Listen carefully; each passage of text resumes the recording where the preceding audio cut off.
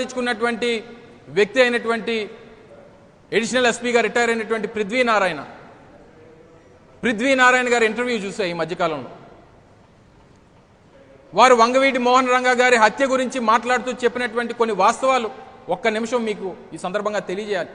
On record ఆయన మాట్లాడినటువంటి మాటల్ని ఈ సందర్భంగా మీ ముందు పెడతా ఉన్నా.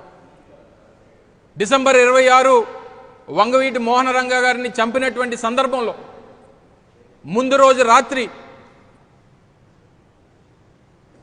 అప్పట్లో ఉన్నటువంటి పోలీస్ అధికారిగా ఉన్నటువంటి వ్యాస్ గారి ఇంట్లో అప్పటి హోంమంత్రి కోడెల శివప్రసాద్, అలాగే ఎన్టీ రామారావు గారి పెద్దలుడు, ఇలా కొంతమంది కలిసి ముందు రోజు రాత్రి రంగా గారు చనిపోయినటువంటి ముందు రోజు రాత్రి కలిసి వారు సమావేశం అయినటువంటి తరువాత తెల్లవారి 4 గంటలకి రంగా గారి హత్య చేయబడ్డారని చెప్పి అడిషనల్ ఎస్పీగా పనిచేసినటువంటి ఒక పోలీస్ అధికారి, దీనికి సాక్ష్యం కూడా వర్ల రామయ్య, ఇప్పుడు అదే తెలుగుదేశం పార్టీలో ఉన్నటువంటి వర్ల రామయ్య గారే సాక్ష్యం అనేటువంటి మాట కూడా చెప్పారు ఆయన.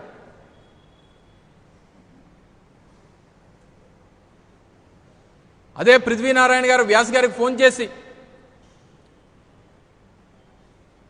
ఇలా రంగా గారు హాస్పిటల్ తీసుకొచ్చాం, చావు బతుకుల్లో ఉన్నాడని అంటే వ్యాస్ గారు ఇంకెక్కడ చావు బతుకుల్లో ఉండి సచ్చాడయ్యా ఆయన అని చెప్పినటువంటి మాటల్ని ఆయన మాటలుగా ఈ సందర్భంగా కోట్ చేస్తా ఉన్నాం. ఇంత నీచమైనటువంటి చరిత్ర కలిగినటువంటి తెలుగుదేశం పార్టీ అటువంటి మహానాయకుడైనటువంటి వంగవీటి మోహన రంగా గారి లాంటి వ్యక్తుల్ని చంపినటువంటి తెలుగుదేశం పార్టీ ఇటువంటి సాయికృష్ణ లాంటి వాళ్ళని చంపడానికి పెద్ద ఆలోచించేటువంటి పరిస్థితి ఉండదు. కానీ ఎప్పుడైతే ఇది బయటకు వచ్చిందో దీనికి రాజకీయ రంగు పొలమాలన్నటువంటి ప్రయత్నం. వారి కుటుంబం ఏ రాజకీయ పార్టీలో, ఇప్పుడు నేను దాని జోలికి వెళ్ళిన కానీ ఆ కుటుంబం ఏ రాజకీయ పార్టీలో ఉందో కూడా మీ అందరికీ తెలుసు. వారి మేనమా వచ్చి మాట్లాడినటువంటి మాటలు మనం అందరం చూసాం. ఇప్పటికన్నా కళ్ళు తెరవమని చెప్పి కోరుతా ఉన్న వైఎస్ఆర్ కాంగ్రెస్ పార్టీ తరఫున వారి కుటుంబానికి అండగా ఉంటామనేటువంటి మాటని నేను జగన్మోహన్ రెడ్డి గారు చెప్పారు. అది న్యాయపరంగా అన్ని రకాలుగా వారి కుటుంబానికి తోడుగా వైఎస్ఆర్ కాంగ్రెస్ పార్టీ ఉంటుంది.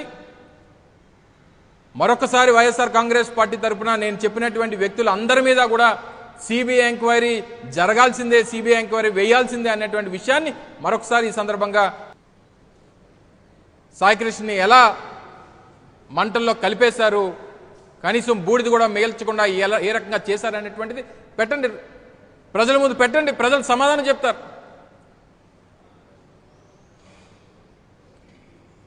ఇవన్నీ మానేసి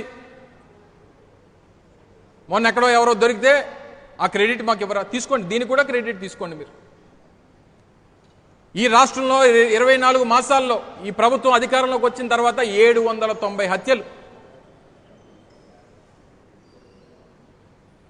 రాజకీయ హత్యలు దాదాపు 25 నుంచి 30 రాజకీయ హత్యలు, వందల సంఖ్యలో రేపులు, వేల సంఖ్యలో మిస్సింగ్ కేసులు, ఒక 4 ఏళ్ల చిన్నారి తప్పిపోయి 12 రోజులైతే డిపార్ట్మెంట్ ఏం చేస్తుందో తెలియదు.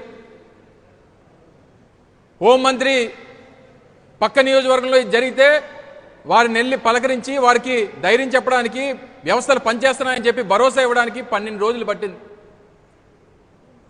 ఇది రాష్ట్రంలో నడుస్తున్నటువంటి పరిపాలన. ఇంకా నయ్యం, నిన్న నారా లోకేష్ గారు జగన్మోహన్ రెడ్డి గారిని అడగలేదు. ఇంకా మరి ఆయన వచ్చి ఏం మాట్లాడుతో తెలియదు కానీ, ఏం జగన్మోహన్ రెడ్డి గారు మీరెందుకు వచ్చారు, మీ ఇంట్లో ఎవడో చచ్చిపోలేదు కదా అని చెప్పని అడగలేదు ఇంకా నారా లోకేష్ గారు. ఆ రకమైనటువంటి అహంభావంతో ఈరోజు రాష్ట్రంలో ప్రభుత్వం నడుస్తూ ఉంది. అంత అహంకారంతో ప్రభుత్వం నడుస్తూ ఉంది. జరిగినటువంటి ప్రతి సంఘటనని మేకప్ చేసేటువంటి కార్యక్రమం. నిన్న లాకప్ డెత్ జరిగితే దాన్ని మేకప్ చేసేటువంటి కార్యక్రమం, మేకప్ సబ్జెక్ట్తో డీవియేట్ చేసేటువంటి కార్యక్రమం, రాజకీయాలు డీవియేట్ చేసేటువంటి కార్యక్రమం చేస్తాం. ఈవీఎంల మీద పెద్ద చర్చ జరుగుతూ ఉంటే దాన్ని లడ్డూతో మేకప్ చేసేటువంటి కార్యక్రమం. మెడికల్ కాలేజీని ప్రైవేట్ పరం చేస్తూ ఉంటే దాన్ని ప్రతిపక్షంగా వైఎస్ఆర్ కాంగ్రెస్ పార్టీ ప్రశ్నిస్తే ప్రజలు ముందుకొస్తే దాన్ని గొడ్డలతో మేకప్ చేసేటువంటి కార్యక్రమం. డిఎస్సిలో అక్రమాలు జరిగాయి, అన్యాయాలు జరిగాయనంటే దాన్ని అమర్నాథ్ ఏదో వ్యాఖ్యలు చేశాడు, దాన్ని మేకప్ చేసేటువంటి కార్యక్రమం. ఇంకా మీరు దేన్ని మేకప్ చేసేటువంటి పరిస్థితులు లేవు. మీకు ప్రజలు ప్యాకప్ చెప్పేటువంటి రోజులు దగ్గరలో ఉన్నాయన్నటువంటి విషయాన్ని ఈ సందర్భంగా తెలియజేస్తా ఉన్నా.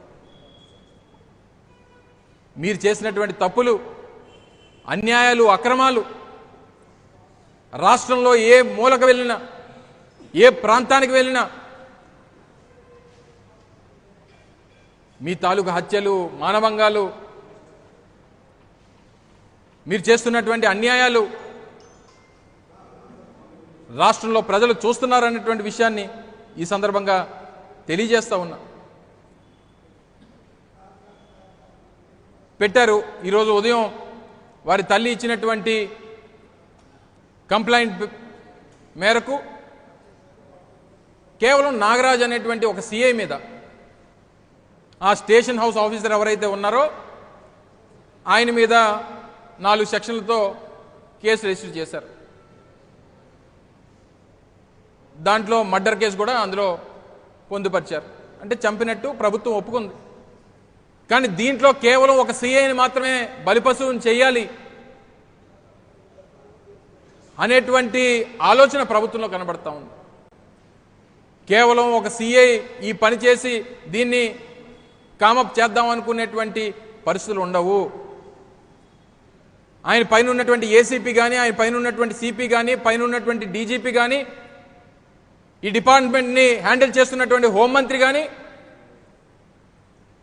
వీరందరి మీద కూడా కేసు పెట్టాల్సిందే. వీరి మీద సిబిఐ ఎంక్వైరీ జరగాల్సిందే. వాస్తవాలు బయటికి రావాల్సిందే. లేదంటే ప్రజలు పోలీస్ స్టేషన్కి వెళ్ళడానికి కష్టం వస్తే, ఆపద వస్తే ఈ రాష్ట్రంలో పోలీస్ డిపార్ట్మెంట్, పోలీస్ శాఖ ఉంది, మనల్ని కాపాడుతుంది అన్నటువంటి పరిస్థితుల దగ్గర నుంచి పోలీస్ స్టేషన్కి వెళ్తే ఎక్కడ శవమై తిరిగి వస్తామనేటువంటి భయం ఈరోజు ఈ రాష్ట్రంలో ప్రజలకి ఈ ప్రభుత్వం తీసుకొచ్చిందనేటువంటి విషయాన్ని తెలియజేస్తా ఉన్నా. అటువంటి పరిస్థితులు తీసుకొచ్చినటువంటి ఈ జంగిల్ రాజ్ నడుపుతున్నటువంటి ప్రభుత్వ పెద్దలు ఏ ఒక్కరూ మాట్లాడరు, ఏ ఒక్కరూ బయటికి రారు. ఏమని అడిగితే ఎంక్వైరీ జరుగుతుంది, ఏమని అడిగితే ఎంక్వైరీ వేశాం. ఎవరి మీద వేశారు ఎంక్వైరీ? ఎవరితో వేశారు ఎంక్వైరీ? పోలీస్ డిపార్ట్మెంట్లో తప్పు జరిగితే అదే పోలీస్ డిపార్ట్మెంట్లో ఒక అధికారి తీసుకొని వచ్చి మీరు ఎంక్వైరీ చేస్తే అందులో వాస్తవాలు బయటకు వస్తాయని చెప్పి నమ్మమంటారా ప్రజల్ని? అది వాస్తవాలు నిజంగా బయటకు వస్తాయని చెప్పి ప్రజలు అనుకుంటున్నారా? ప్రభుత్వం ఏమన్నా? తప్పకుండా సిబిఐతో ఎంక్వైరీ జరిగితే తప్ప వాస్తవాలు బయటికి రావు. తప్పు చేసినటువంటి వారు బయటికి రారు. ఇది ఒక్కసారే కాదు, అనేక సందర్భాల్లో ఈ హత్య రాజకీయాలు, అనేక సందర్భాల్లో ఈ హత్య రాజకీయాలు తెలుగుదేశం పార్టీ అధికారంలో ఉన్నటువంటి ప్రతిసారి జరుగుతూనే ఉంటాయి. అనేక సందర్భాలు మనం గతంలో కూడా చూసాం.